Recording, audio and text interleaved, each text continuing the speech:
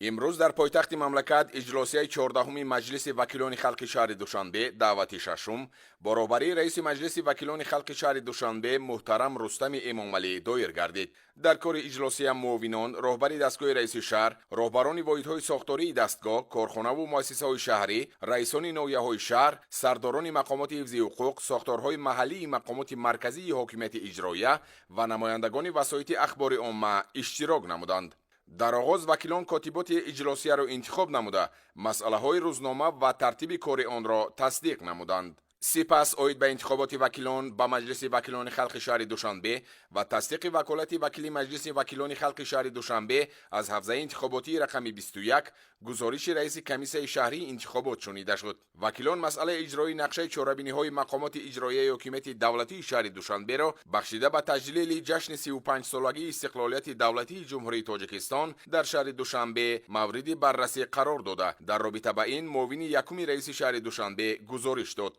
محترم رستم امامعلی با معاون یکم معاونان رئیس شهر دوشنبه یکجا با رئیسان ناحیه‌های شهر بهره تامین باصفت و اجرای سریع نقشه چهاربینی‌های مقامات اجرایی حکومت دولتی شهر دوشنبه بخشیده به تجلیل جشن 35 سالگی استقلالیت دولتی جمهوری تاجیکستان در شهر دوشنبه جهت پرزور نمودن نظارت در ساحه معماری و شهرسازی و ساختمان، خدمت‌رسانی‌های کمونالی، اصلاح کمبودی‌های جای داشته در سمت موقوف گذاشتن یا طول کشیدن کارهای ساختمانی، انشاءات‌های ساحه معارف، تندرستی، کارگاه و کارخانه‌های صنعتی، راه‌ها و دیگر انشاءات‌های خدمت‌رسانی دستور و سفارش‌های مشخص دادند. وکیلان در ادامه جریان عملی شوی برنامه سرمایه‌گذاری‌های دولتی برای سالهای 2021-2025 در شهر دوشنبه را محاکمه نموده وابسته به این مسئله حسابات معاون رئیس شهر دوشنبه شنیده شد. رئیس شهر دوشنبه در این رابطه با معاون یکم، معاونان رئیس، رئیسان ناحیه‌های پایتخت سفارش دادند که با مقصد تامین باصفت و اجرای سریع برنامه سرمایه‌گذاری‌های دولتی برای سالهای 2021-2025 در شهر دوشنبه تدبیرها اندیشیده جهت وسعت بخشیدن کارها در سمت پیدا و معین نمودن سرچشمه‌های مبلغ‌گذاری برای لایحه‌های افضلیت‌ناک در دایره برنامه مذکور در سمت‌های معارف و تندرستی، آب و کاریزی، برق و گرم‌دهی و راه و نقلیات تمام چاره‌های دخلدار را راه اندازی نمایند.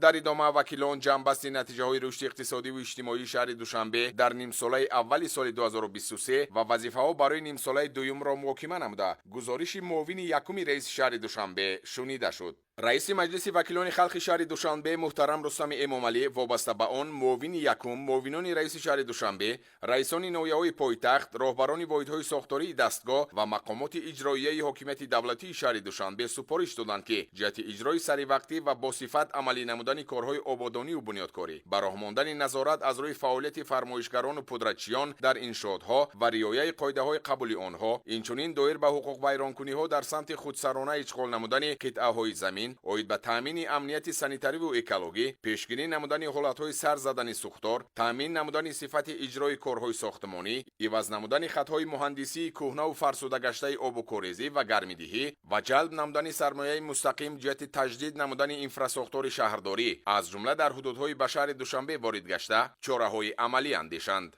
رئیس شهر همچنین بهر اجرای سریع و با صفت نقشه چهاربینی‌ها و برنامه‌های ساحوی تامین نشاندهنده‌های رشد اجتماعی پایتخت به خصوص ساحه‌های معارف، تندرستی، فرهنگ، کار با زنان و عائله، جوانان و ورزش، سیاحی، رابطه با جامعه برای ماندن واخوری و ملاقات در شهرک و محله‌ها اوید به پیشگیری حالت‌های نامطلوب اجتماعی به خصوص جداشوی عائله‌ها، فرهنگ بیگانه پرستی، گرویدن جوانان به سازمان و حرکت‌های تروریستی و اکستریمیستی، رعایت و تامین اجرای قانون‌های جمهوری تاجیکستان درباره تنظیم عنعنه و جشن و مراسم در جمهوری تاجیکستان و درباره مسئولیت پدر و مادر در تعلیم و تربیت فرزند به مسئولین دستور و سفارش‌های مشخص دادند. با مسئولین سمت صنعت دستور داده شد که با اینابت تطبیق هدف چهارم ملی صنعتی کنونی با سرعت کشور اوید به افزون نمودن حجم استحصال محصولات رقابت‌پذیر صنعتی و واردات عوض کننده اینچنین افزایش اقتدار صادراتی و تشکیل جایهای نوی کاری تدبیرهای ضروری اندیشند. همچنین قید گردید که برای آماده نمودن ساحه‌های اجتماعی و اقتصادی شهر دوشنبه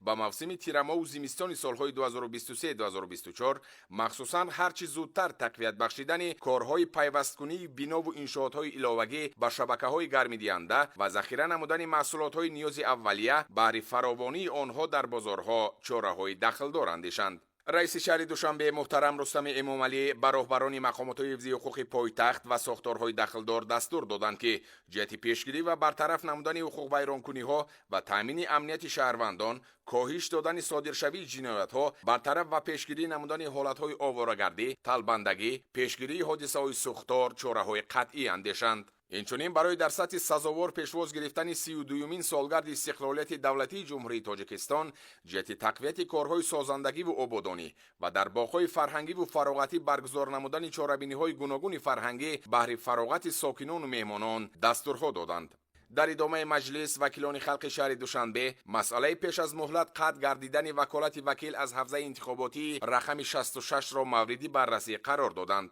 وکیلان همچنین یک قطار قرارهای قبول نموده رئیس شهر دوشنبه را در مسئله کادری و دیگر ساحه‌های مهم شهرداری بررسی و تصدیق نمودند. در جنبسته کار اجلاسیه رئیس شهر دوشنبه محترم رستم امامعلی وکیلان و کل حاضرین را به خدمت صافدلانه برای باز هم رشد و نموی پایتخت عزیزمان شهر دوشنبه دعوت کرده با آنها سربلندی، خانه‌آبادی، سعادتمندی، بردباری و به تاجیکستان عزیز پیشروی و شکوفایی را تمنا نمودند. با همین اجلاسیه 14 مجلس وکیلان خلق شهر دوشنبه دعوت ششم کار خود را انجام داد.